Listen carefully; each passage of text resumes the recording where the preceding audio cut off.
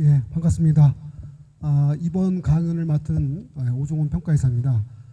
제가 이제 여러분들한테 강연을 해드릴 내용은요. 다음 보겠습니다. 요 다음 화면 보여주시죠. 이제 어제 연대 정시 입시 결과가 긴급하게 발표되었습니다. 보통 이제 대학에서 이제 이런 거죠. 예상되는 입시 일정보다 보통 통상 빠르게 발표하면 단 한 가지 이유가 있습니다. 보통 경우는요. 어떨 때 그렇습니까? 보통 성적이 많이 예상보다 올랐을 때 많이 이제 예정된 입시 일정보다 빠르게 발표했는데요. 올해 정시 일정을 저희가 지켜보건대는 아마 한양대 가군이 작년도 12월 24일 날 가장 빨리 발표했는데 그때도 마찬가지였습니다. 그 해당 대학으로 보면 합격선이 급격하게 오르는 이런 식의 결과가 나왔을 때 아마 대학에서 빨리 발표하는 것 같습니다. 올해도 마찬가지인 것 같습니다. 원래 연대가 정시 발표 일정이 1월 20일경 정도로 원래 예상되어 있었는데 그보다 거의 11일째 발표했으니까 그죠? 상당히 빨리 발표한 경우죠. 어제 발표한 내용들을 지켜보면요. 이렇습니다. 연대 의예과 점수 이제 정시 선발 인원이 23명인데요. 거의 만점에 가까운 점수가 최초 합격자 점수로 나왔습니다. 사실상. 그러니까 저희가 이제 유학생 점수를 보면 국어 100점, 수학 100점, 영어 100점에 생투 요번에 복수 정답 파문이었던 생투만 어렵게 나온 생투만 3점짜리 하나 틀렸습니다. 거기까지가 이제 일종의 커트라인이었어요. 커트라인. 그리고 옆에 학생 예를 보면요. 이거 예비 10번 때입니다. 예비 초번 5번 때도 아니고 예비 10번 때 학생인데 국어 하나만 틀린 거죠. 국어 하나 2점짜리. 틀리고 나머지는 다 만점입니다. 그죠? 화한 만점, 생한 만점. 근데 이 학생에 비해서 이 표준 점수 기준으로는 0.4점 뒤졌는데 0.4점 정도 뒤진 점수가 현실적으로는 예비 10번 때가 나왔으니까 상당히 이게 올해와 같이 이렇게 수학 비용도 쉬웠고요. 영어도 쉬웠고 이렇게 물수능 사태를 겪는 입장에서는 뭐 올해 입시도 마찬가지겠지만 뭡니까? 사실상 만점자 수준이 나와야지 최고 대학의 뭐 경영이라든지 의예과를 갈 수 있는 점수다라고 아마 이해할 수가 있겠습니다. 여기 잘 보시면 이제 여기 이제 생투가 41점 받았는데 뭐 국어가 이제 98점이면 이 학생의 원점수로는 몇 점 모자른 거죠. 1점 모자른 상태인데 이 학생 점수가 높았단 말이에요. 그 이유는 이제 나중에 또 말씀드리겠지만 보통 이제 정시에서 점수를 반영할 때는 과탐 경우는 100분위를 기준으로 해서 변환 표준 점수를 발표하게 되어 있습니다. 그 경우가 해당 최초 합격자를 받은 학생은 100분위가 199 나온 상태였는데 그렇게 나와서 나온 점수로 보시면 되고요. 다만 이제 국어까지 모두 만점을 받았기 때문에 거의 만점자 수준에서 국어 2점만 뺀 것으로 기억하시면 됩니다. 근데 옆에 학생 경우는 만점자 수준에서 국어 2점이 틀리는 경우니까 이 2점이 상당히 영향력이 컸다고 봐야 되는 거죠. 그러니까 표준 점수 2점이 그대로 날아갔다고 보시면 되고요. 이 학생 경우는 이제 생투가 41점을 받았지만 이 생투 41점은 해당된 100분이 99였습니다. 쉬운 과목으로 보면 어떻게 보면 만점 받은 거하고 똑같은 효과죠. 어려운 과목을 받기 때문에 41점을 받더라도 100분이 99를 받아서 오히려 이 학생보다 좀 점수가 0.4점 앞서서 최초 합격을 하는 이런 상황으로 볼 수가 있겠습니다. 처음에 이제 보통 저희가 이제 입시를 접할 때 보통 점수가 이게 원점수로 반영되지 않고 표준 점수로 반영되기 때문에 상당히 점수 이해하는데 어려움이 있습니다. 근데 저희가 좀 더 종합해서 말씀드리면 일단은 물수능 사태에서는 거의 뭐 만점자 가까이 맞아야 최고 대학의 의예 경영을 합격할 수 있다라고 보시면 되고요. 다만 이제 과목에 따라서 난이도가 어려운 과목은 탐구 같은 경우는 100분위가 반영되기 때문에 그럴 때는 약간 상대 평가에 의해서 뭐 이렇게 3점짜리 하나 틀려도 거의 만점에 가까운 효과가 나타난다라고 아마 이해하시면 아마 좋을 것 같습니다. 다음 연대 교영 점수인데요. 올해 이제 109명 선발했는데 이제 이 학생의 최초 합격자 점수가 어디까지 나왔냐면 596.2인데 한마디로 국어 비용 원래 어렵게 나왔죠, 그죠? 문과 국어 비용만큼 어려웠습니다. 이게 두 문항 풀리고 나머지는 다 100점 맞았습니다. 기본적으로. 한국사 다 맞았고요. 사회문화 다 맞았습니다. 근데 사회문화는 이번에 문제가 어렵게 나오는 관계로 100분위는 만점자가 100이 아닌 97이 나왔습니다. 이번 시험 경우에서는요. 이렇게 나온 학생이 실제 최초 합격자 커트라인 정도에 들어갔고 지금 여기 예비 60번대죠. 저희가 예비 60번대를 보여드린 이유는 뭐냐면 보통 아시는 분은 알겠지만 연대 교육 같은 경우는 추가가 많이 돕니다. 그죠? 추가가 많이 돌아서 기본적으로 모집 정원의 절반 이상까지는 기본적으로 추가 합격을 하게 되어 있습니다. 그 점수에 60번대를 봤을 때는 이 학생은 국어 A형 하나 틀리고요. 영어 하나 틀려서 모두 국영수 기준에선 4점 마이너스 됐습니다. 그죠? 나머지 국사가 봤는데 4점 마이너스 돼서 이 점수가 모두 총합해 보니까 연대 기준의 표준 점수로는 594.5가 나와서 이것이 이 학생과 비교했을 때 1점 차입니까? 7점, 2점 차도 거의 안 내는 정도에서 예비 60번대를 봤어요. 예비 60번대를. 그러니까 뭐 실질적으로 요보다 점수가 좀 낮은 학생들은 더 예비 번호가 후순위 밀려서 실제 추가로도 될지 안 될지도 모르는 상황이긴 한데 아마 이렇습니다. 자, 올해는 이제 특히 연대가 전년도에 비해서 정시 경쟁률이 꽤 높았습니다.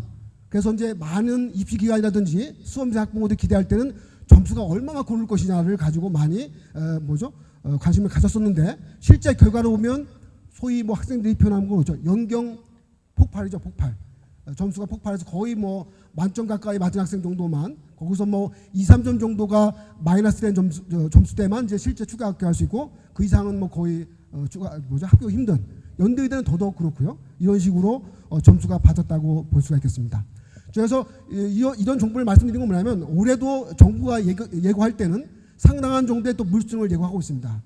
이렇게 물수능을 예고한 상태에서는 거의 만점 가깝게 맞지 않으면 정시에서 최고 대학의 의와 경영을 합격하기가 쉽지 않습니다. 기본적으로. 그렇다면 우리는 어떤 자세를 취해야 될 것이냐.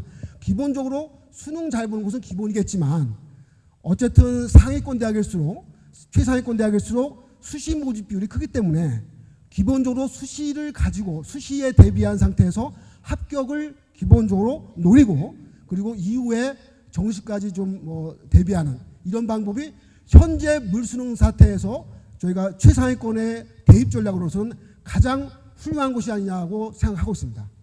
다시 한번 정리드립니다. 현재 같은 물수능 사태에서는 정말 거의 모의고사 때는 완벽한 점수를 받는 학생도요. 사실 실제 수능 가서는 한두 문항 실수 틀릴 수 있습니다. 그걸 감안했을 때는 오로지 정시만 바라보고서 이 수시 준비라든지 입시를 준비하기에는 너무 어려움이 있습니다. 그런 상태에서는 가능하면 수시를 기본 축으로 해서 정시까지 아울러 대비하는 이런 방식이 현재의 물수능을 이렇게 겪는 입장에서는 가장 중요한 입시 방법이 아니냐고 생각을 하고 있습니다. 두 번째 저희가 여기서 잠깐만요. 다 보여주지는 않았지만 이렇습니다. 올해 연대 정시 인문계의 특징을 보면요. 요즘에 상당히 뭐가 중요합니까? 취업이 중요해요. 취업이 중요하다 보니까요. 예전보다 더더욱 경상계열과 사회과학계열 점수가 상당히 높았고요. 반대로 어문계열 점수, 예를 들면 연대 영문이라든지 연대 국문도 경쟁이 낮았죠. 연대 어문계열 점수는 상대적으로 점수가 하락했습니다. 기본적으로. 이 와중에도 연대 어문계열 점수는 하락했습니다. 자, 이것은 앞으로도 또 최상위권 대학에서 특히 인문계열에서 모집 단위를 선택할 때 취업이라는 변수도 은근히 작용할 수도 있다. 그래서 실제로 연대 어문계열 또 고대 어문계열 쓰는 정도에 비추었을 때 상당수 학생들은 서성한 라인에 경상계열 쓸 수 있고 그 점수가 더 높을 수도 있다. 현재도 조금씩 높고는 있지만 그런 부분들이 더욱더 크게 부각될 수 있다라는 점들이 상당히 중요하게 작용되는 것으로 이해하면 좋겠습니다. 마찬가지입니다. 연대 이공계열 쪽에서도 흔히 취업이 잘 되는 학과, 소위 깡패학과로 보는 전화기, 그죠? 전기, 기계, 화학 이런 쪽의 그 공대 점수도 높았고 경쟁률도 높았습니다. 그죠? 비취업, 비선학과들은 상대적으로 좀 낮았습니다. 그래서 실제로 어떤 학과를 선정했을 때도 합격을 우선시하느냐 아니면 취업을 우선시하느냐에 따라서 약간의 길이 달라질 수도 있다라는 점을 좀 많이 참고해 주면 좋을 것 같습니다. 자, 다음 보겠습니다. 이제 입시를 이제 처음으로 이렇게 겪거나 아니면 이제 다시 한번 대도전하는 입장에서는 우리가 과탐 또는 사탐에 대한 탐구 조합이 상당히 중요할 수 있습니다. 일부 앞부분 대표님께서 탐구 조합에 대해서 여러 가지 분석을 해주셨는데요. 저희가 다시 한번 말씀드린 건 뭐냐면 여기 탐구 만점이 50점입니다. 기본 과목별 만점이. 저희가 48점 안쪽 47점을 적었는데 탐구 문항은 쉬운 2문항 2점짜리 점수가 있고 어려운 3점짜리 점수가 있습니다. 그죠? 보통은 학생들이 틀린다고 하면 요 3점짜리 문항을 잘 틀리죠. 그죠? 자, 그 점수를 봤을 때 문과에서 가장 많이 선택하는 뭐 생활과 윤리, 윤리와 사상, 서울대 필수인 한국사, 한지세 문화 다수 과목을 봤을 때요. 작년도 수능에서는 생활과 윤리가 좀 어렵게 나와서 100분위가 100점이 그대로 나왔고요. 생윤을 제외한 나머지 과목 전부 다 100분위가 99, 99 나왔습니다. 사회문화는 만점자가 5% 이상 폭발해서 100분위가 97에 머물렀습니다. 그럴 수가 있습니다. 탐구 조합에서는 내가 그 시험을 뭐 아무리 잘 본다 하더라도 그 경쟁 학생들과의 관계에 따라서 만점자가 많이 나오게 되면 이와 같이 100분위 점수는 또 밀릴 수가 있습니다. 자, 사실점인 경우에도 보십시다. 여기 생활과 윤리 경우는 사실점을 받아도 100분위는 98을 받았습니다. 오히려 정시에서 탐구 배원 점수를 받을 때요.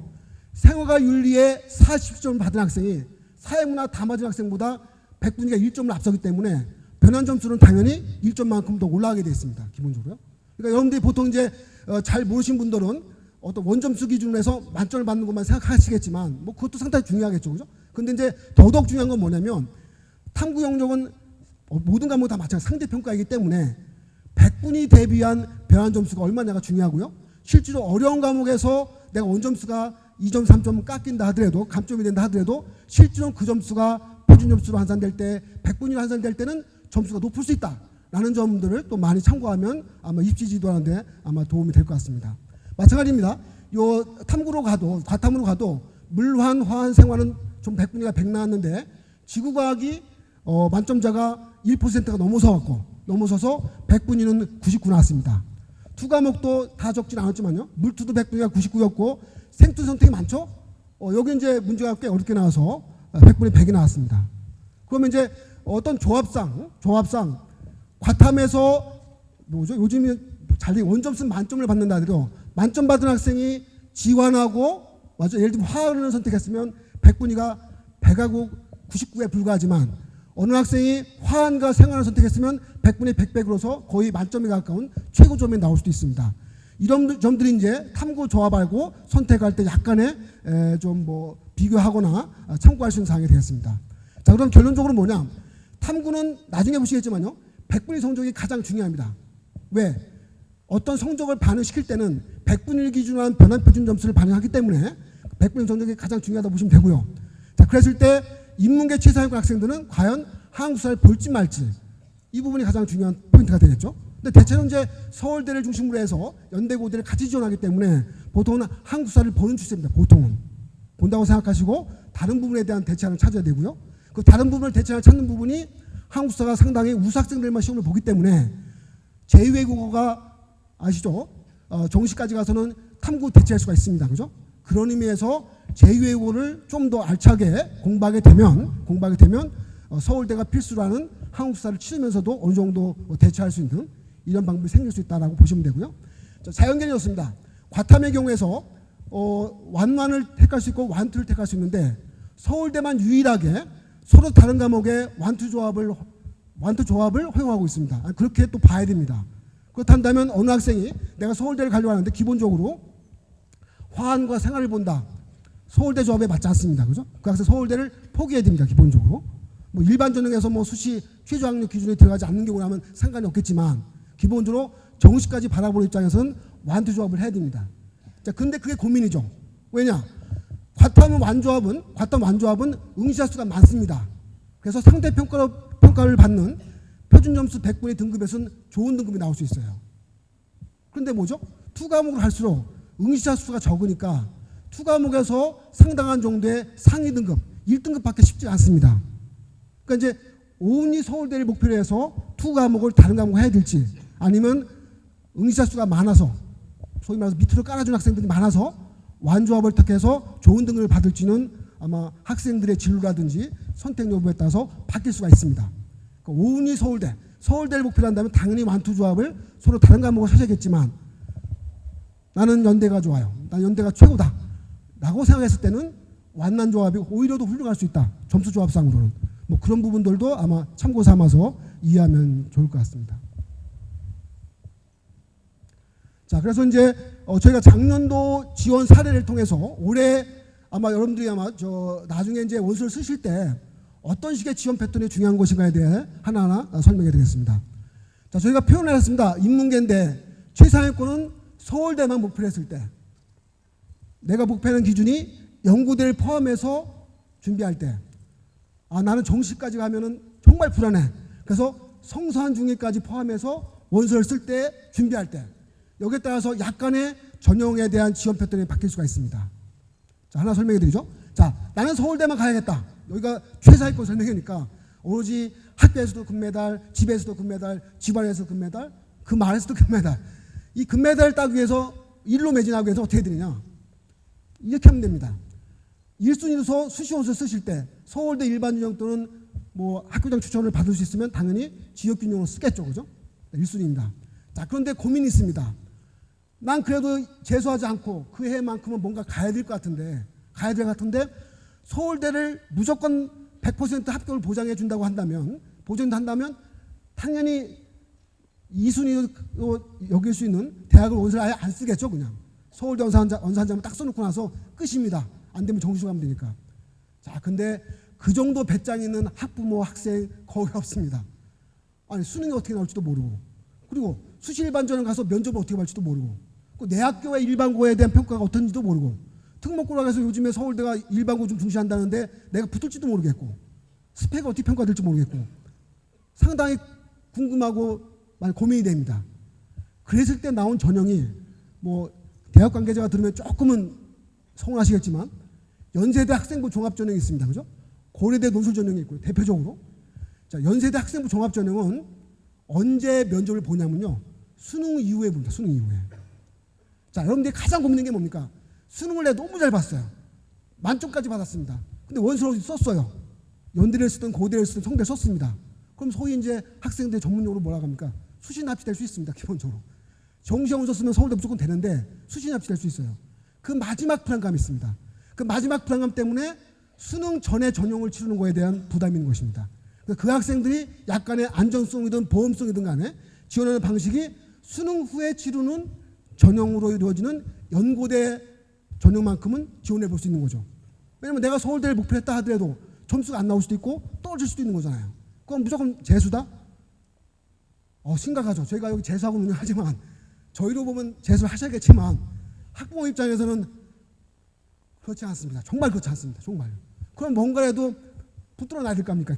그 붙들어 놓는 것 중에 하나가 연대대 학생부 종합전형이고 고대 논술전형이고, 또 고대에도 융합형 전형이 있습니다. 기본적으로요. 그 전형은 수능 후에 면접을 치르고 수능 후에 논술을 치르기 때문에 수능 점수를 보고서 정시에 내가 서울대 갈 수 있는지를 보고서 면접 논술에 대한 참가 여부를 결정할 수 있습니다. 자, 그러면 또 이런 고민도 있습니다. 그러면 나 면접 안 갔는데 실력이 워낙 좋아서 그 대학에서 합격시키면 어때요? 이런 고민할 수 있습니다. 근데 그 걱정 안 해도 됩니다. 지금까지 나온 모든 전형에서는 면접 불참 시 불합격 처리, 논술 불참 시 불합격 처리. 아니, 연대 고대는 자존심이 없으니까 합격 면접도 오지 않는 학생 뽑을 것 같아요? 그런 대학은 없어요. 기본적으로. 있긴 합니다. 지방대학 일부는. 지방대학은 있습니다. 서울권에는 적어도 없습니다. 면접 불참 시 불합격이고 수능 논술 불참 시 불합격입니다. 그걸 가지고 쓰신다 하면 이 학생 정말 오운이 서울대죠. 그래서 수시에 붙으면 당연히 가는 것이고, 정시 점수가 너무 높았어요. 너무 높으면 연대 면접 불참, 고대 논술 불참해서 정시 원서 쓰면 되는 겁니다. 수시에만 떨어진다고 하면. 이런 패턴이 가장 최상위권에서 오운이 서울대를 가지고 목표하는 수험생들이 취하는 방법인데, 정말 이 정도 자녀분만 계셔도 상당히 기분 좋을 것 같습니다. 상당히 기분 좋을 상황이고요. 사실은 이런 예는 많지 않습니다. 많지 않고요. 오히려 이 두 번째 얘기가 많죠. 연고대를 포함해서 원서를 쓰는 거죠. 당연히. 연대가 연대가 어느 정도인데, 요즘에 연대 설명회 가시면요, 거의 뭐 매집니다. 매죠. 고대도 마찬가지지만 연대 선호가 상당히 좋아졌습니다. 기본적으로. 뭐 성도의 캠퍼스를 갖다 놔서 1년을 유학을 시킨다 하더라도 연대 갑니다. 부모님도 좋으시죠. 일단 1년을 보내버리니까 보내가 좋으신데요. 그런 부분 많습니다. 그죠? 특히 지방 학생들은 뭐 저 서울 숙박비 뭐 들지도 않습니다. 기본적으로. 하여튼 여러모로 해서 연대 선호가 많은데 고대도 마찬가지입니다. 그죠? 자, 그 학생도 어떻게 언제 쓰느냐? 기본적으로 서울대 원서 한 장 쓰죠. 그죠? 그 학생이 일반고 기준이면 직윤 대표면 직윤을 쓸 것이고 서울대만 씁니다. 그 다음에 2순위로 쓰는 경우가, 연대는 대표적으로 수능 전에 논술을 치릅니다. 그죠? 당연히 그것도 논술 쓰겠죠. 그리고 이제 고대 논술 쓰고요.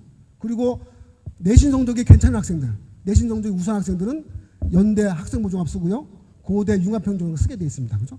이런 패턴으로 논술 쓰시게 되면 또 상당히 우수한 실력을 가지고 지원하는 패턴이 나옵니다. 자, 근데 실제로 성수한 중위까지 쓰는 경우 제법 많습니다. 제법 많아요.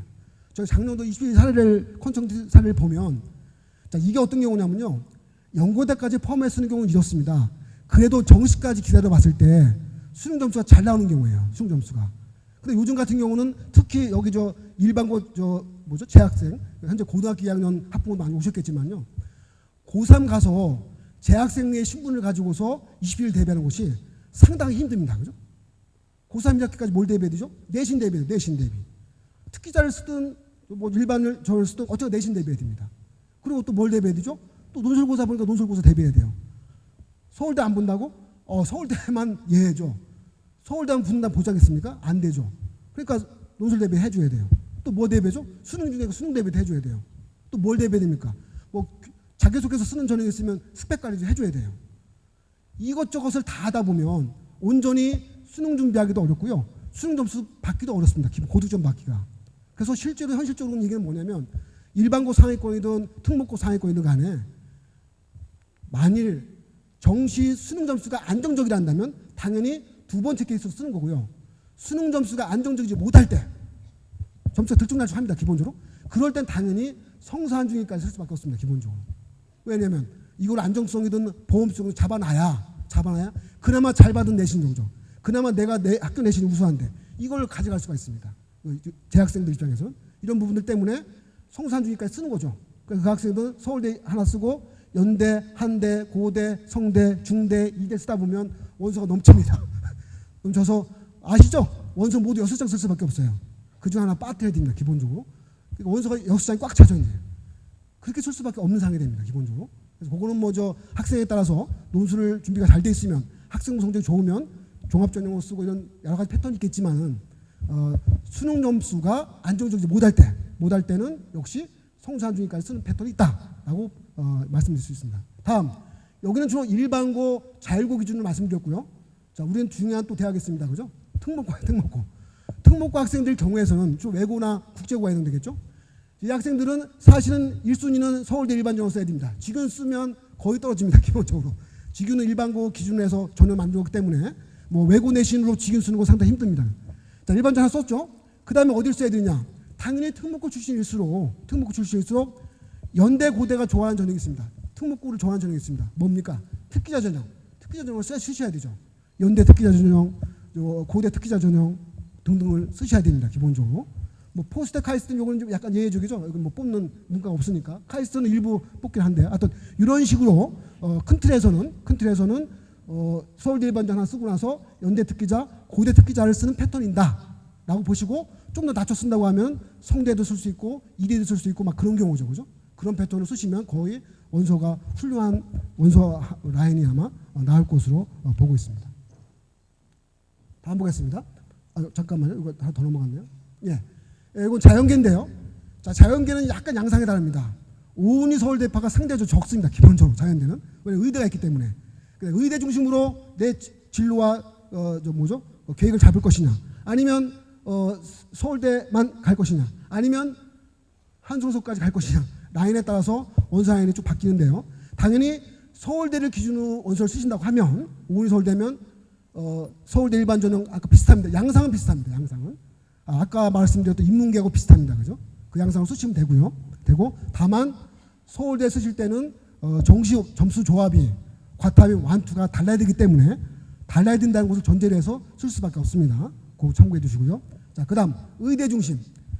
자, 부모님들 때는 이제 많이 바뀐 거죠. 옛날 4, 50년 전만 해도 서울 주요 의대 빼고서는 지방 의대를 보면 서울대, 연대, 고대 점수보다 낮았습니다. 기본적으로 합격선이요. 낮았습니다. 그래갖고 요즘에 의대 합격자 발표가 나고 나서 지방에 계신 부모님들 계시면 할아버지 때 할머니들 계시면 이런 말씀하신답니다. 학생이 불만이 뭐냐면 내가 이번에 어렵게 공부해서 순천향대 의대를 합격했습니다. 소개를 합니다. 그 할아버지께 앞에 용돈도 받아야 되니까 저 순천향대 의대 합격했어요. 그래? 그래 대학이 중요한 게 아니지. 열심히 노력해서 그 다음에 중요하다. 이런 말씀 하신답니다 기본적으로. 그러니까 그만큼 이제 옛날 분들은 전혀 그런 감이 없어요. 요즘 의대가 뭐죠? 그 IF 이후에 떴던 곳이지. 그전 IF 이전 세대에서는 지금 의대가 아닙니다. 지금은죠. 지금은 의대 다음에 서울대라고 볼 수도 있습니다. 어떻게 보면은. 그러니까 의대 중심으로 원서를 쓸 때는 서울대 눈에 안 보입니다. 기본적으로. 서울대도 뭐 의대가 있으니까 쓰실 수는 있지만 당연히 최고의 의대이기 때문에 합격하기가 만만치 않죠. 그러면 의대를 중심으로 해서 원서 쓰실 때는요. 과탐 조합도 바뀔 수가 있습니다. 꼭 완투 조합을 서로 다른 과목 할 필요가 없어요. 왜냐하면 서울의대를 목표로 한다면 그렇게 쓰실 수 있는 게 맞지만 근데 연대의대를 목표로 한다면 화원생환하는 게 낫지 화원생투 정말 어렵습니다. 점수 따기가. 그런 경우가 다 많이 바뀝니다. 그죠? 근데 고대의대를 목표로 한다면 뭐 내가 지구학에 특징이 있으면 지완투 할 수 있는 거 예를 들면요. 그 아무 상관없는 거예요. 그런 경우에 따라 바뀐다는 거 기억해 주시고요. 그래서 의대 중심 쓰실 때는 수도권 의대를 가지고서 원서 씁니다. 자, 여기만 해도 벌써 원서가 6장 다 나옵니다. 기본적으로. 실제로 수시원 원서 쓸 때요. 서울대, 연대, 고대, 뭐 가톨릭대, 뭐죠? 한양대, 중앙대 쓰다 보면 없습니다. 더 원서 쓸 곳이. 실제로는. 1순위 다 끝나기도 하죠. 근데 혹시 모르니까 학생들이 나눠 쓰게 되는 거죠. 2순위엔 지방권 의대. 지방권 의대 중에서도 뭐죠? 서울에 병원이 많은 소위 지방 삼룡이라 불리는 순천향대, 인제대 뭐 이런 데 그죠? 또 많이 쓰는 겁니다. 그죠? 그래서 그런 식으로 원서를 쓰시는데 보통 이제 논술 전형에서 모집 인원을 많이 뽑다 보니까 논술 전형과 학생부 종합 전형 기준으로 해서 6장의 원서가 나오는 방식입니다. 그죠? 그렇게 보시면 되고요. 자, 다음 연대 중심 볼 때 뭐냐? 연대 중심 볼 때는 사실은 내 목표치가 지나치게 서울대까지 안 가 있는 학생도 있습니다. 기본적으로. 난 연대만 가도 훌륭하다. 라고 했을 때는 당연히 연대 기준으로 해서 논술 학종을 일단 쓰시고요. 그리고 나서 서울대는 밑줘야 번전. 그냥 소신 질러보는 거죠. 그죠? 합격한다는 보장 없습니다. 기본적으로. 그 다음에 카이스트는 여기 이제 뭐 군의 대학이니까 막 쓸 수 있죠. 그죠? 그 다음에 포스텍, 고대 논술 이렇게 씁니다. 원서를. 그러니까 연대를 기준 축을 해서 쓰시는 수험생 학부모의 경우에서는 고대까지 포함해 쓰게 돼 있죠. 왜냐면 연대에서 100% 된다는 보장을 못 하니까 이런 식의 원서란이 나온다라고 기억해 두시면 되고요.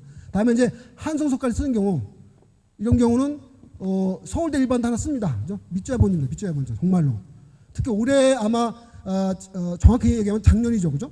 서울대 수시 결과가 발표되었을 때 어떤 학생이 작년도에는 안 된 학생이 올해 된 학생도 꽤 많았습니다. 그죠? 일반고 기준에서는요. 뒤집어서 특목고 기준에서 작년도 된 학생이 올해 안 된 학생도 많았습니다. 약간 입시 변화죠. 그죠? 그런 면에서는 적어도 한성소까지 쓸 수 있는 대학의 그 정도의 수능 성적과 내신을 가지고 있다 한다면 저는 그렇게 합니다. 내신을 가지고 있다 한다면 서울대도 한번 써보셔라. 되면 대박이고 안 되면 정의죠. 그게 정의죠. 일단은. 그냥 성적이 안 되니까 된 거죠. 그 정도로 판단 수시도 좋습니다. 기본적으로. 그리고 자기네 학교 선배들 실적이 나름 서울대 기자가 자주 나온다라고 생각하시면 한번 소신전에도 주세요. 소신전에도. 의외로 5명 중에 1명꼴은 합격할 수가 있습니다. 기본적으로. 그냥 내가 너무 무서워서 옷을 안 쓰시는 거지 그런 것만 없으신다면 없다고 한다면 한번 써보세요. 적어도 성사한 나이까지는 쓰셔도 됩니다. 그 중에 5명 중 1명꼴은 합격할 수가 있습니다. 현재 추세에서는. 서울대 총장이 바뀐 이후로는 좀 가능성이 더 높아졌습니다. 기본적으로. 일반고 기준에서는. 그런 부분들도 고려해 주시고요. 다음에 이제 보통 연대 논술, 고대 논술 쭉 찾아 쓰시는 거죠. 그죠? 특목 경우는 패턴이 비슷합니다. 그죠? 서울대 일반전 쓰고 연대 특기자, 고대 특기자 정도를 쓰는 식으로 포스텍, 카이스트까지 쓰는 식으로 원서가 나온다고 생각하시면 좋을 것 같습니다. 네. 그 다음 보겠습니다. 자, 그 다음에 이제 저희가 이 자료 통해서 중요한 정보를 하나 저희가 드리는 부분인데요. 자료집에도 그대로 들어와 있습니다. 수능 최저 기준이 뭐가 중요합니까? 수시에서는 상당히 중요합니다. 의대 보통 3개 1등급 요구하고요.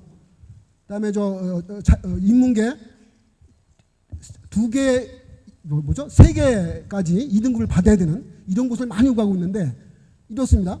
여기가 2013 수능과 2014 수능 올해 수능은 다 결과가 안 나왔기 때문에 못 드렸고요.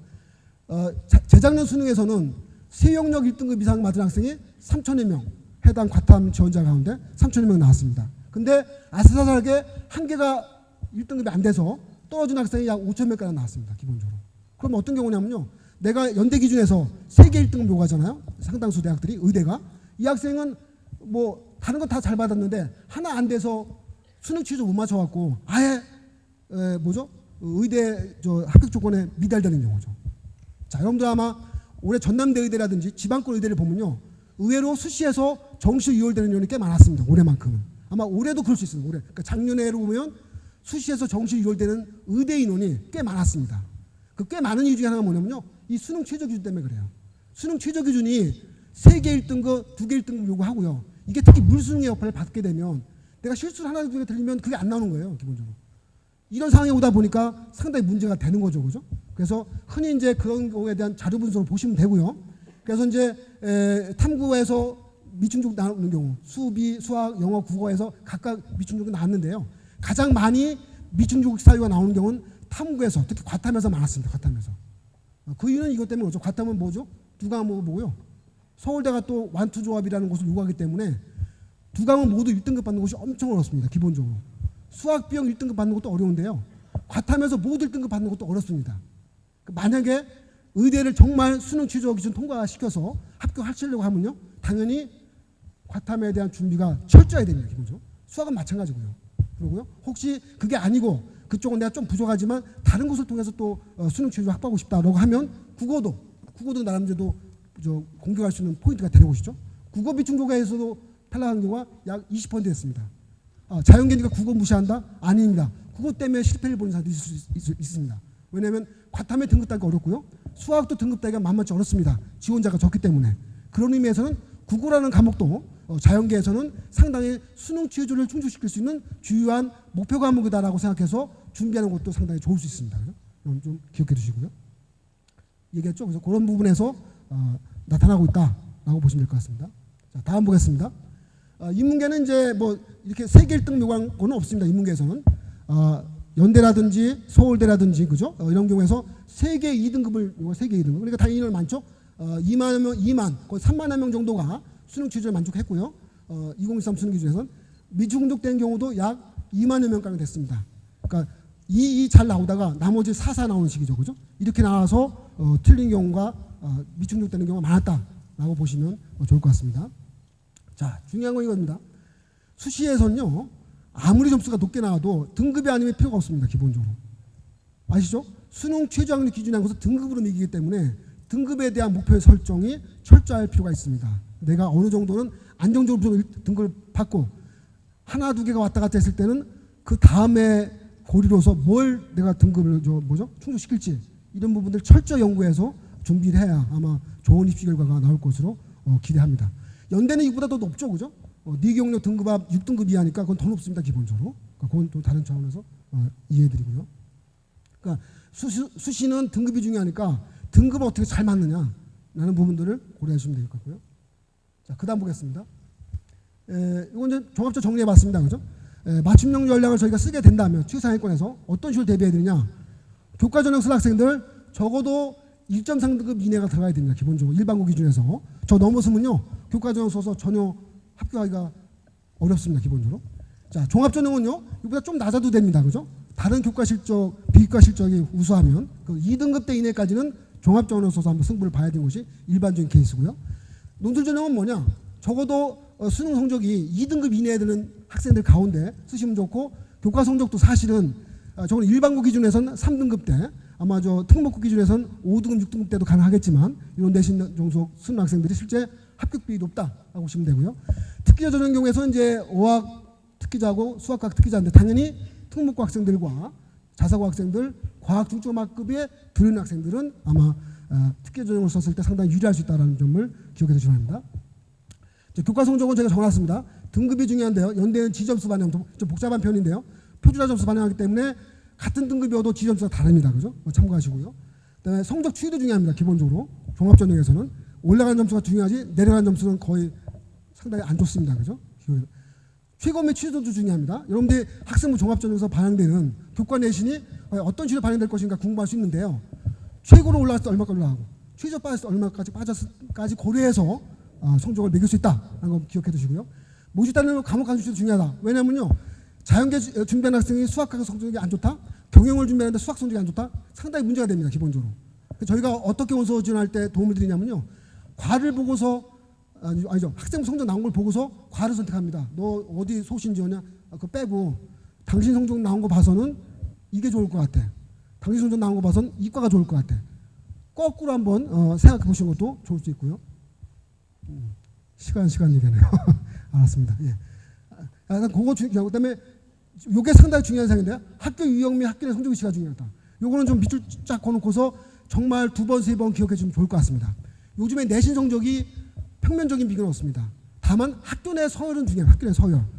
특목고가 있느냐, 과학고 서울과학고냐, 지방과학고냐, 외고도 서울권 외고냐, 지방권 외고냐, 경기권 외고냐, 그리고 일반고도 어느 학교 잘 들어오는 학교냐 아닌 거에 따라서 성적 대별 그 뭐죠? DB가 대학에서는 많이 구축되어 있습니다. 기본적으로. 그거에 따른 위치에 따라서 학생부 종합전형 경우에서는 이 판별되기 쉽습니다. 그죠? 그래서 그냥 냉정하게 그냥 등급만 비교할 것이 아니라 다른 학교 참고를 다른 학교를 참고하더라도 내가 소속해 있는 학교 유형에 학교 형식에 내신 몇 등급 정도 아이가 전년 합격했느냐 이 부분이 가장 중요한 이제 최상위권 입시의 포인트가 될 수가 있어요. 전반적 입시도 마찬가지입니다. 그죠? 그런 부분들을 꼭 한번 기억해 두면 좋을 것 같습니다. 네, 다음 보겠습니다. 요 설명 마치고 제가 끝내기로 하는데요. 요 다음 화면 보시죠. 종합전형에 대한 것이 앞으로 아마 최상위권 입시를 할 때 상당히 중요한 부분인데요. 제가 설명 많이 못 드리겠고요. 이 정도로 원서와 수장을 쓸 수 있습니다. 기본적으로 쓸 수 있고요. 합격 포인트, 과목별 가중치라든지 비교과가 전공 적합성에 얼마나 잘 맞았는지를 판단하는 것이 중요하고요. 자, 그 다음에 자기소개에 쓸 말이 많은 학생, 할 말이 많은 학생만 쓰십시오. 자기소개서를 쓰려고 하는데 할 말이 없어요. 쓸 말이 없어요. 그만큼 활동 안 한 겁니다. 그죠? 그 학생은 당연히 논술 전형을 쓰시든지 교과 전형을 쓰시든지 이렇게 해야 됩니다. 종합 전형 썼을 때 별 유리함이 없어요. 근데 정말 활동을 많이 했어요. 그것 때문에 내신 좀 안 나왔어요. 이런 학생들은 종합 전형을 쓰세요. 왜냐하면 그 내신 안 나온 거를 당연히 대학에서도 압니다. 아, 너 활동 많이 해서 내신 좀 안 나왔구나. 이런 학생만 쓰시는 것이지 활동도 안 했고 내신도 안 좋고 종합 전형 쓰면 당연히 안 되죠. 그죠? 안 되는 그런 경우도 잘 참고해서 원서 쓰실 때 도움이 되었으면 좋겠습니다. 지금 저 뒤에 원사들이 많이 기다리고 계신데 요 세 번 고담하실 분이 이제 저 여러 가지의 수시 지원 또 정시 지원에 대한 합격 사례를 가지고서 또 중요한 분석을 해주실 겁니다. 그죠? 잘 들어주시고요. 저는 이만 설명 마치겠습니다. 감사합니다.